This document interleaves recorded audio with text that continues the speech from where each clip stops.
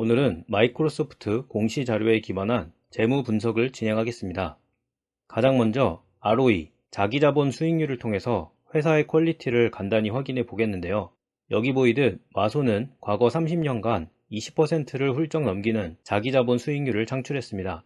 최근 10년, 20년 평균 ROE는 모두 32%로 높았지만 이 ROE 계산에서 약간의 이슈가 발견됐는데요. 그건 바로 여기 보이는 것처럼 마소는 수십조 원, 심지어 최근에는 100조 원이 넘는 현금을 쌓아놓고 있었다는 겁니다. 이런 현금은 영업에 투자되지 않았기 때문에 계산된 ROE를 너무 낮게 나타낸다는 이슈가 있는 거죠. 그래서 이런 기본적인 ROE 계산식을 조정해 봤는데요.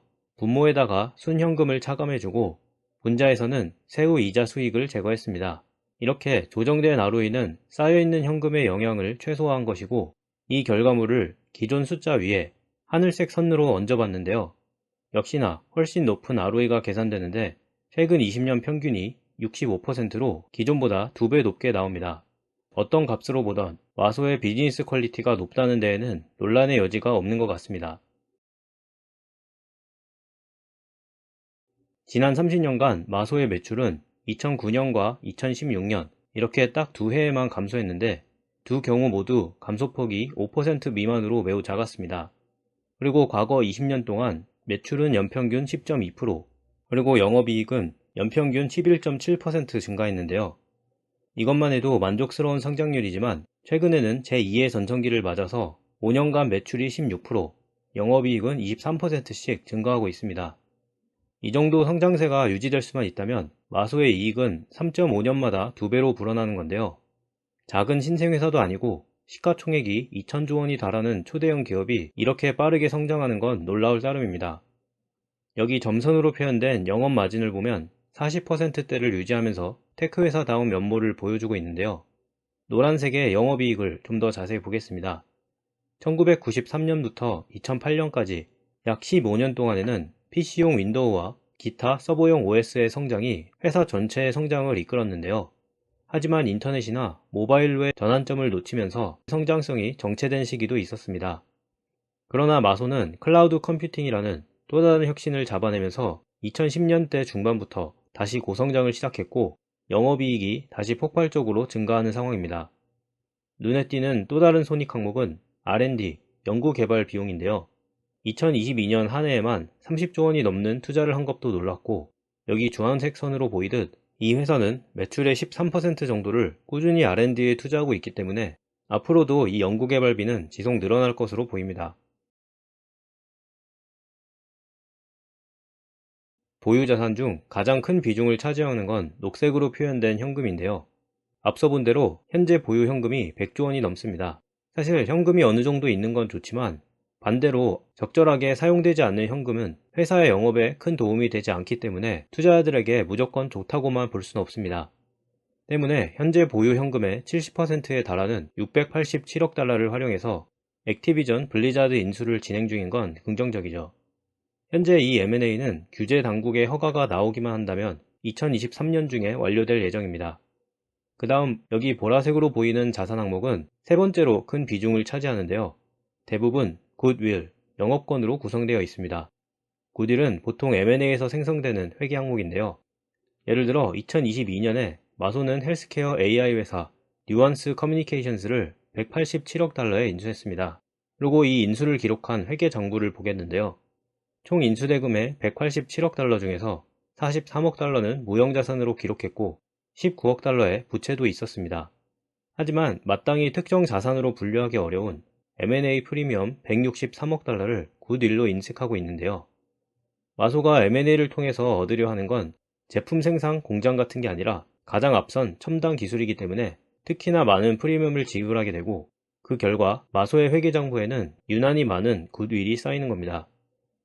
또 다른 예제로 2021년에 완료된 게임회사 제니맥스 미디어 인수권을 봐도 총 81억 달러의 인수대금 중 절반이 넘는 55억 달러가 굿윌로 배정되었죠. 그 결과 현재 마소의 회계정부에는 총 675억 달러의 엄청난 양의 굿윌이 쌓여 있습니다. 마소는 여태 총 130조 원 정도를 M&A 투입했고, 이 중 약 10%인 14조 원 가량의 영업 손상을 인식했습니다.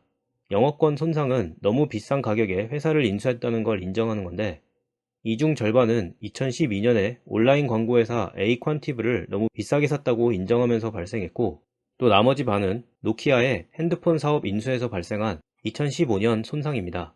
실패한 초대형 M&A로 유명한 이 거래는 M&A 자체에 관심이 많은 분들이라면 한 번쯤은 공부하면 좋은 케이스입니다. 마소 보유 자산 중 두 번째로 큰 규모를 차지하는 건 하늘색 선의 PPN이 유형자산인데요. 마소가 제품을 직접 생산하지 않는 무형자산 중심의 소프트웨어 회사라는 걸 감안하면 100조 원이 넘는 유형자산은 조금 놀라운 값입니다. 사업보고서의 주석을 확인해보면 유형자산의 대부분이 건물과 컴퓨터 장비, 즉 데이터 센터에 투입되고 있다는 걸 볼 수 있는데요. 마소의 클라우드 비즈니스 애저는 현재 높은 성장을 담당하는 유망한 사업부이지만 소프트웨어나 인터넷 사업과는 다르게 매우 공격적인 유형자산을 필요한다는 걸 인지해야 되겠습니다. 현금 흐름에 악영향을 끼칠 수 있기 때문이죠. 그럼 이제 주로 클라우드 사업부의 성장을 위해 투자되는 마소의 캐펙스를 분석해 보겠습니다. 첫 20년 동안에는 연 1, 2조 원 정도의 캐펙스 지출만 있었지만 2010년대 중반에 클라우드 사업이 성장하면서 연 5, 6조 원의 투자금을 넘겼고 2022년에는 30조 원을 넘기면서 엄청난 현금을 빨아들이고 있습니다. 현재 비즈니스 상황을 보면 초대형 데이터 센터, 심지어 수중 데이터 센터나 AI 가동을 위한 GPU 서버 구매 등 아직도 많은 추가 투자가 필요해 보입니다. 투자자 입장에서는 이렇게 투입되는 현금이 얼마의 이익으로 되돌아오는지 꼭 확인해 볼 필요가 있겠죠. 이 수익률 계산을 위해서 먼저 보수적으로 마소의 모든 건물과 컴퓨터 장비가 클라우드 비즈니스만을 위해 사용된다고 가정했습니다. 여기에다 누적 감각 삼각비를 제외하면 총 635억 달러의 PPNE가 계산되는데요.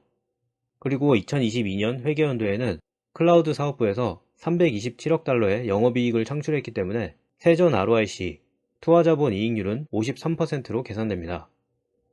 한마디로 마소 투자자 입장에선 캐펙스에 너무 많은 현금이 투입되는 거 아닌가 라는 걱정을 하는 것보다는 회사가 더 많은 투자를 통해 더 많은 이익을 창출하는 것에 대해 기대를 해볼 만해 보입니다.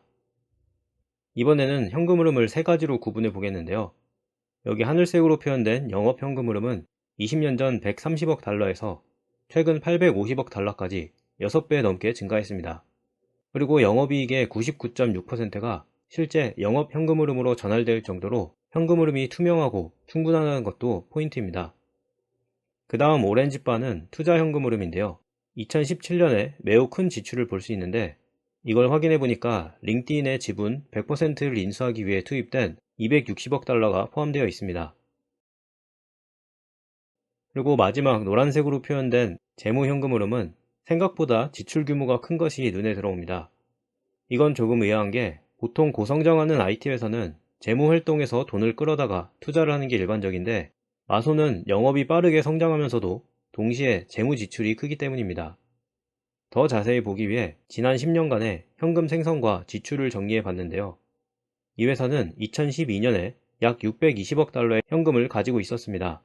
이후 10년간 4,800억 달러의 엄청난 양의 현금 흐름을 영업에서 창출했는데요. 이 중 1,200억 달러는 캐펙스로 투자되었고 이 외에도 M&A와 기타 투자 활동들에 1,100억 달러가 투입되었습니다. 그 다음 항목은 1,000억 달러에 달하는 대출인데요.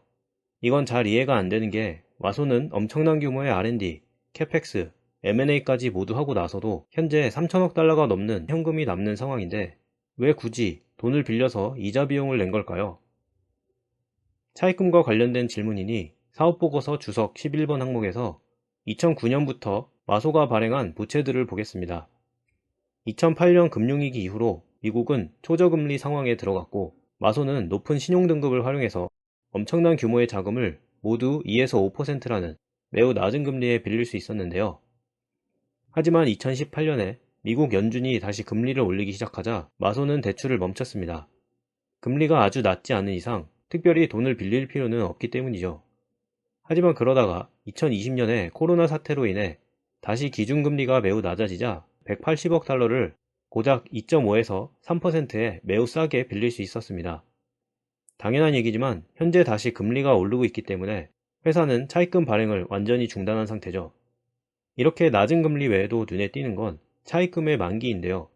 예를 들어 2020년에 마소가 빌린 100억 달러는 2050에서 60년, 즉 3, 40년이라는 긴 만기를 가지고 있습니다.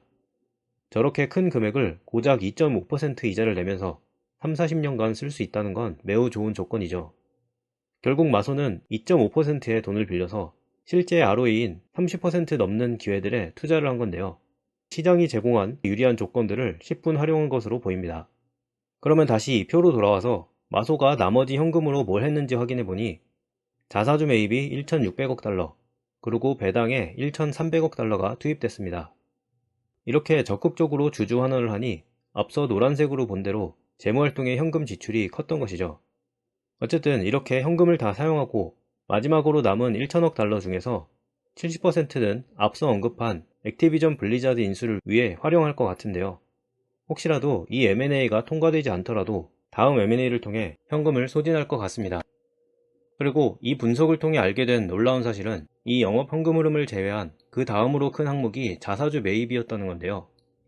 이렇게 주주 환원에 적극적인 것은 좋지만 자사주 매입 관련 두 가지를 짚어봐야 할 것 같습니다. 첫째로 여기 그래프에 보이듯 마소는 매년 수십조 원어치의 자사주를 사서 소각하지만 예상보다 주식수가 줄어드는 속도는 느릴 수 있는데요. 왜냐하면 여기 16번 주석에도 보이듯 자사주 매입으로 사라지는 주식수의 절반 정도가 SBC, 즉 직원 주식 보상을 위해 다시 발행되기 때문입니다. 둘째로 자사주 매입은 주식 가격이 너무 높지 않을 때 해야지만 주주들에게 혜택이 돌아가는데 여기 30년 거래배수 차트에 보이듯 현재 20배가 넘는 마소의 주식이 무조건 싸게 보이지 않는다는 사실입니다.